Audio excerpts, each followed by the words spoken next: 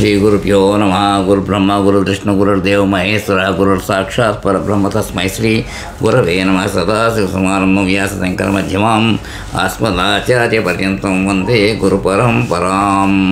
సదాశివసమారంభం వ్యాసశంకర మధ్యమ అస్మదాచార్య పర్యంతం వందే గురు పరంపరాం. దాతారం సరస్వతం లోకబ్రహ్మం శ్రీరామం భూయో భూయో నమామి. అపార కరుణ సింధు జ్ఞానం శాంతరూపం శ్రీ చంద్రశేఖర గురుం ప్రణమానం. నారాయణం నమస్కృత్యం నరం చైవ నరోత్తమం దేవీం సరస్వతీం వ్యాసం తతో జయముదీరయేత్. శ్రీ గురుభ్యో నమః. మహాగణాధిపతయే నమః. శ్రీ స్కాంద మహాపురాణం బుక్ 2లో వచ్చి ఇప్పుడు 56వ ఎపిసోడ్ చెప్పుకుందాం. 55 ఎపిసోడ్లో చెప్పుకున్నామంటే నా అనుమానం ప్రకారం నీలాద్రి మరి 3 యోజనలు దూరము ఉండును అని, ఇది ఏకామ్రవనము శివక్షేత్రము అని నారదుడు చెప్తున్నట్టున్నాడు. ఇతనికి నారదుడు నీకు భాగ్యం కాబట్టి చెప్పండి మాట రాజుగారికి చెప్తున్నాడు. అతడు తర్వాత కంటిన్యూషన్ 56 ఎపిసోడ్ కంటిన్యూషన్. అతడు భయపడి ఇతడు శరణ పొందాను శివక్షేత్రం. ఇంద్రజముడు ఇట్లా పలికింది, శివుడు భయపడేట్లు ఎవరిని శరణ కోరను? 3 పురములను ఒక్క బాణంతో దగ్ధం చేసిన శివునికి ఈ పరిస్థితి ఏమిటి ఏలగలిగాను? నాకు మిక్కిలి ఆశ్చర్యం కలుగుతున్నది. దుర్లభము ఈ కథను వినకూర్చున్నాను. శివుడు ఎలా భయపడను? అతన్ని జయించగల సముద్రుడు ఎవరు? నారదుడు ఇట్లా చెప్పాను, ఓ రాజా, పూర్వం జరిగిన కథను నీకు చెప్పేదాను. శివుడు పార్వతి చేసిన తపస్సుకు మెచ్చి వివాహం చేసుకున్నాను.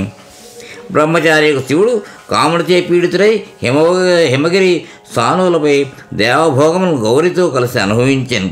ఒకనాడు ఆమె తన భవనం నుండి కుల స్త్రీలతో కలిసి వచ్చుతూ ఉండగా ఆమె తల్లి నవ్వుతూ ఇట్లా అడిగాను, నీవు మిక్కిలి శ్రమపడి వారిని కొరకు తపస్సు చేసి కులము లేనివాడు గుణము లేనివాడు వృద్ధుడు అయిన వాడిని పొంది అతని సన్నిధిని రాత్రింబోడు వదిలిపెట్టక ఉంటివి.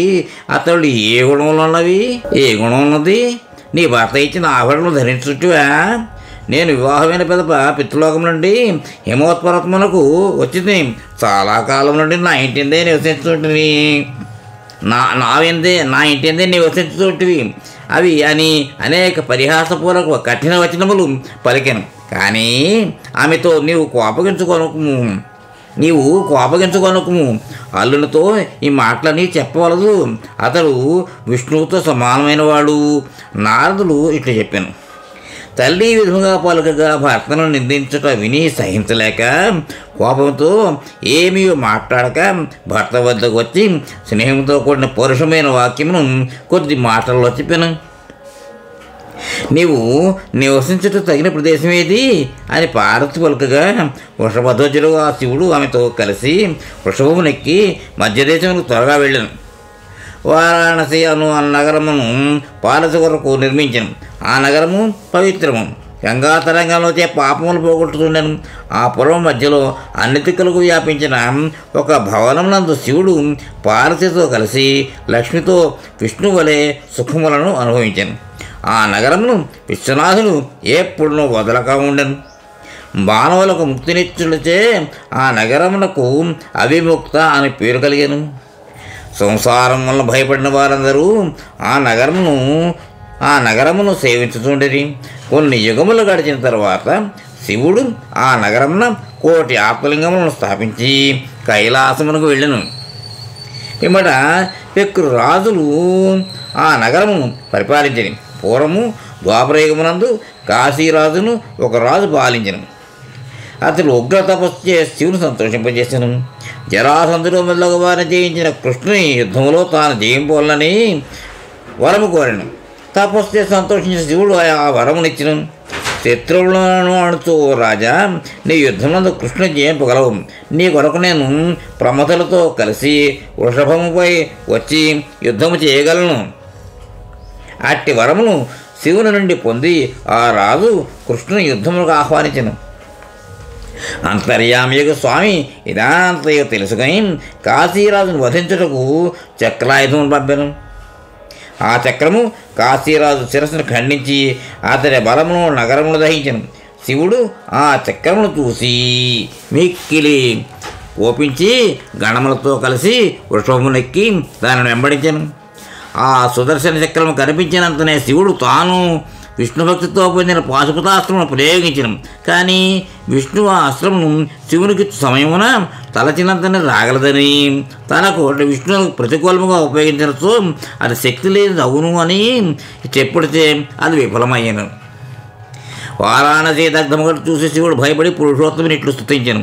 నారాయణ, పరంధామ, పరమాత్మ, పరాత్పర, నీకు నమస్కారం. కాలస్వరూపుడవు నీకు నమస్కారం. నీ శరణు కోరిన నన్ను క్షమింపమని స్తుతింపగా చక్రరూపమును వదిలి విష్ణు ప్రత్యక్షమయ్యాం.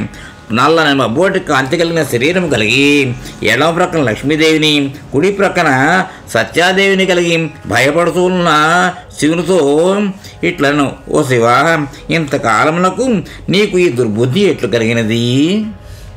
కీటకం వంటి అల్పుడైన రాజు కొరకు నాతో యుద్ధములకు సిద్ధపడితివి. నన్ను అవమానించి ఈ భూమిపై నీవుగాక ఎవరు తిరగలరు?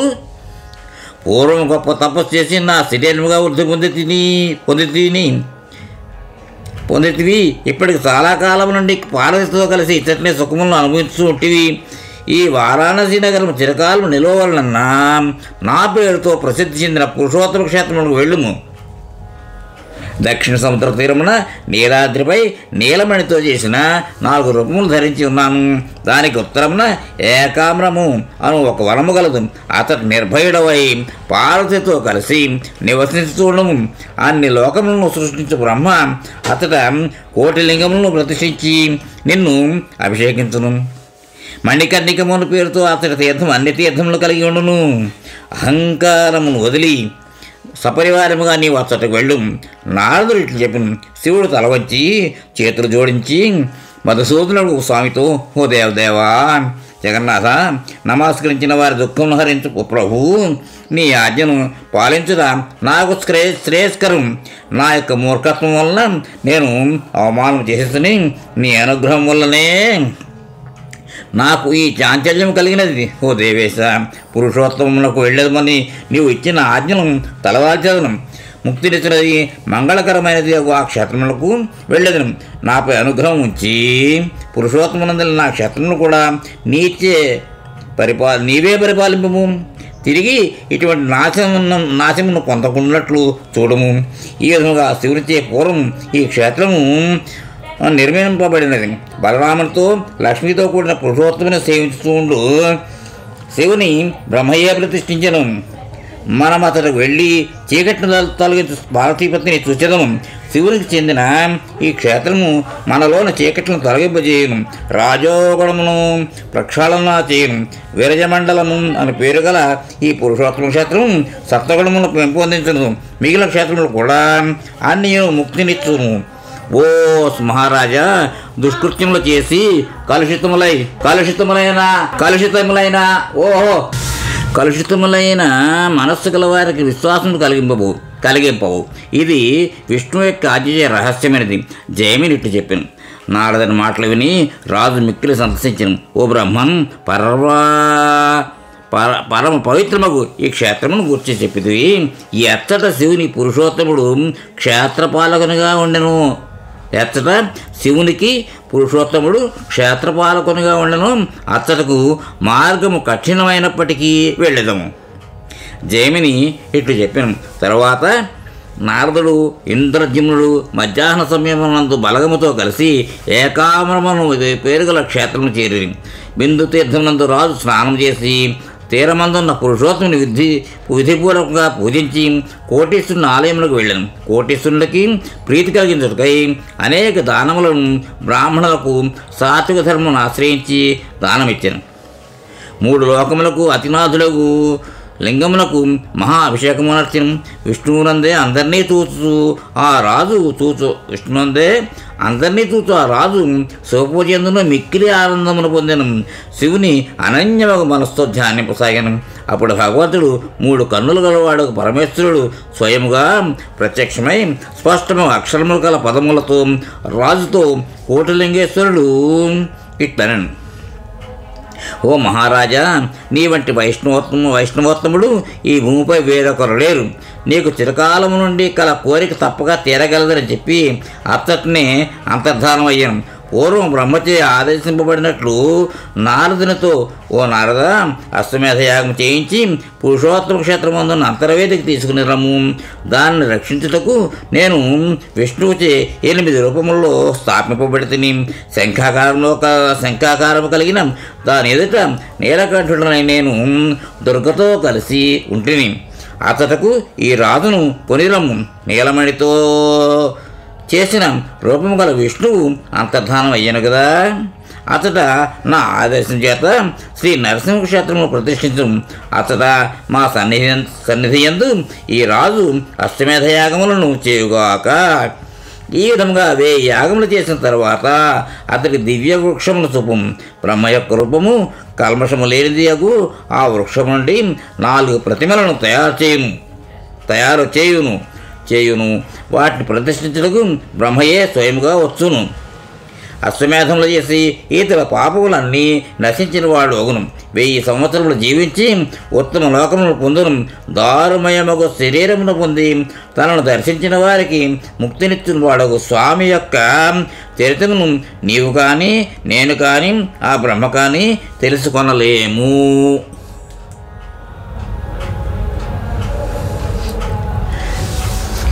అతడి ఆజ్ఞ పాటించినతో అతడు అనుగ్రహించును అని పలకగా నారదుడు కూడా శివునికి నమస్కరించి చేతులు జోడించి, స్వామి, మీరు ఆజ్ఞాపించినట్లే చేదును. నీవు కానీ బ్రహ్మ కానీ ఆ పరమాత్మ కంటే వేరు కాదు. ఈ రాజు యొక్క అదృష్టం ఇట్లున్నది. మనస్సు కూడా అగోచరమైన త్రిమూర్తులు ఇతడిని అనుగ్రహించుతున్నారు. అల్పుడైనప్పటికీ కష్టం లేని కర్మయోగ భక్తిచే సులభంగా ముక్తి పొందవచ్చును. అల్పుడైనప్పటికీ కష్టం లేని కర్మయోగ భక్తిచే సులభముగా ముక్తిని పొందవచ్చు. శిశుపాలుడు ఎల్లప్పుడూ ద్వేషించు సభా మధ్యమున సద్గతిని పొందిన. బోయవాడు హృదయమును చీల్చి దుర్లభమైన గతిని పొందిన. వస్త్రములు దొంగిలించిన కృష్ణుని తన ఇంటికి తీసుకువెళ్ళి కుబ్జ దేవతా స్త్రీలు కూడా పొందలేని ధ్యానాలయమును పొందాను. దూరంగా ఉన్న చండాలకు ముక్తినిచ్చను. కానీ దగ్గరున్న వేద పండితులకు లభింపలేదు. ప్రభువు విష్ణువు తన మాయచే నిన్ను బ్రహ్మను కూడా మోసగింపగలడు. గౌతమాది మునులు గొప్ప మేధస్సు కలవారైనను చాలా కృషితో ఎంతో కాలము ప్రయత్నం చేసినను అతడి చరిత్రమును నిర్ణయింపలేరు. శాస్త్రములలో ఎన్నో ఉపాయములు విద్వాంసులు ముక్తి పొందుటకు చెప్పబడి ఉన్నవి. ఇక్కడితో ఈ ఎపిసోడ్కి విరామం ఇద్దాం. తర్వాత కంటిన్యూ చేద్దాం. స్వస్తి. మోహనవా